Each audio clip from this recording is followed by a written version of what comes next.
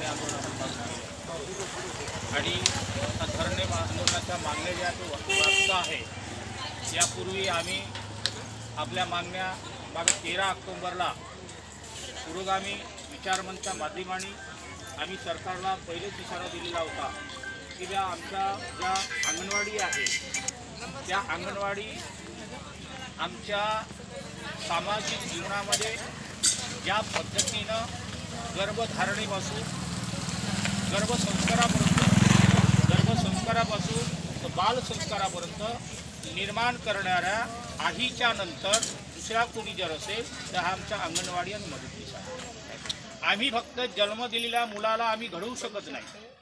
जो graduate PG ते KG पर्यंत जरी जात असला तरी प्रथम सर्वात समाजाचा घटक म्हणून घडवणारा जो कोणता जो समाजातला घटक जर असेल अंगणवाडी सेविका आहे आणि त्या अंगणवाडी सेविकेला ज्या पुरेसा मानधन आहे, आजच्या महागाईनुसार तो मानधन पुरेसा नाही. त्यांना ज्या पद्धतीनं सर्व शासकीय सेवेमध्ये असणारे कर्मचारी आहे त्या पद्धतीनं त्यांना शासकीय सेवेमध्ये पूर्णतः त्यांना पेन्शनपासून तर पूर्ण जो काही शासनाचा ज्या शासकीय सेवेत असणाऱ्या कर्मचाऱ्याला लाभ मिळतो तो पूर्ण मिळावा, हे आमचा पुरोगामी विचारमंचचा माझा जो तुम्हाला सरकारला हे आमचं आव्हान आहे.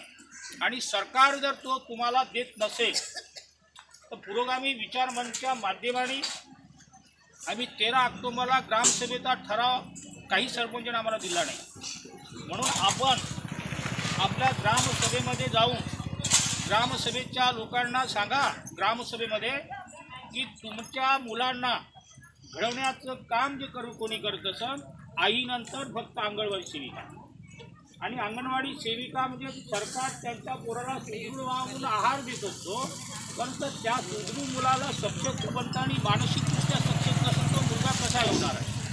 आणि मानसिकदृष्ट्या तुम्हाला काही जर तुम्हाला आहार मिळत नाही तर तुमच्या पगारामध्ये तुम्हाला आहार नाही. एकीकडे कुपोषणचे पोरं सक्षम होत असेल पण तुमच्या पगारामध्ये तुम्ही कुपोषित असाल तर तुम्ही विकलेल्या असणाऱ्या महिला माझ्या बहिणी त्या कशा शिकू शकणार.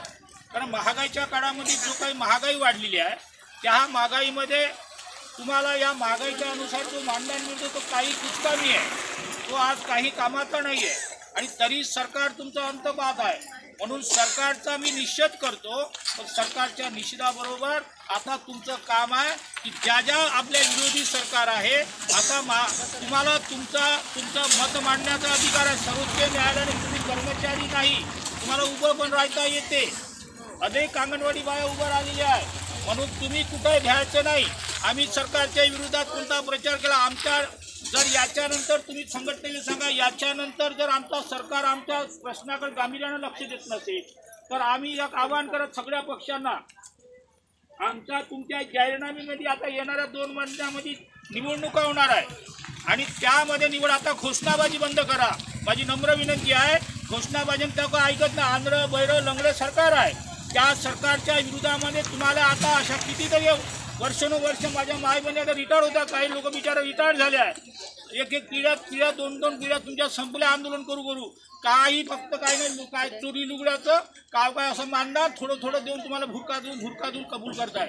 आता त्या झुरक्यावर तुम्ही सगळ्यांना मानू नका. तुम्ही राजकीय खुर्ची हलवण्याची आता ताकद निर्माण करा. कुठल्याही पक्षाचा मी प्रचार करत नाही, परंतु जोपर्यंत यांना जर हलवायचं जर असेल यांची खुर्ची हलवल्याशिवाय हे हालत नाही. आणि म्हणून सांगा आता एकदा एखादा निवेदन द्या जर आमचं आंदोलन तुम्ही आमच्या मागण्या पूर्ण करत नसेल शासकीय सेवेचा पूर्ण शासकीय सेवा द्या आम्हाला. आणि सरकार शासकीय सेवा देणार नाही याचं कारण असं मी कुणा एका BJPच्या बाजूने बोलत नाही.